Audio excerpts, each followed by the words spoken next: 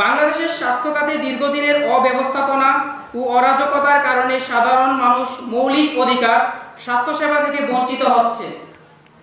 এমত অবস্থায় বিদ্যমান সংকট নিরসনে মেডিকেল শিক্ষার্থী ও চিকিৎসকরা সম্মিলিতভাবে নিম্নোক্ত 5 দফা দাবি উপস্থাপন করছে। দাবি 1, ডাক্তার পদবি সুরক্ষা। শুধুমাত্র যোগ্যতা সম্পন্ন ব্যক্তিরাই ডাক্তার পদবি ব্যবহার করতে পারবেন। এমবিবিএস অথবা বিডিএস ডিগ্রি ছাড়া কেউ ডাক্তার পদবি ব্যবহার করতে পারবে না। এই নিয়ম লঙ্ঘনকারীদের বিরুদ্ধে কঠোর ব্যবস্থা নিতে হবে। বিএমডিসি এর নিবন্ধন শুধুমাত্র এমবিবিএস অথবা বিডিএস ডিগ্রিধারীদের জন্য সংরক্ষিত থাকতে হবে। অন্য কোনো শিক্ষণ প্রতিষ্ঠানের শিক্ষার্থীদের এই নিবন্ধন দেওয়া যাবে না।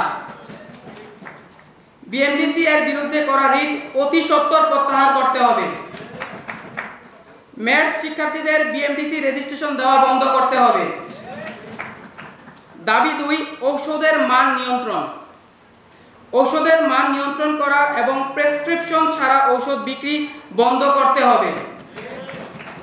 বিশ্ব স্বাস্থ্য সংস্থার মান অনুযায়ী over the counter drugs OTC ঔষধের তালিকা তৈরি এবং নিয়মিত আপডেট করতে হবে।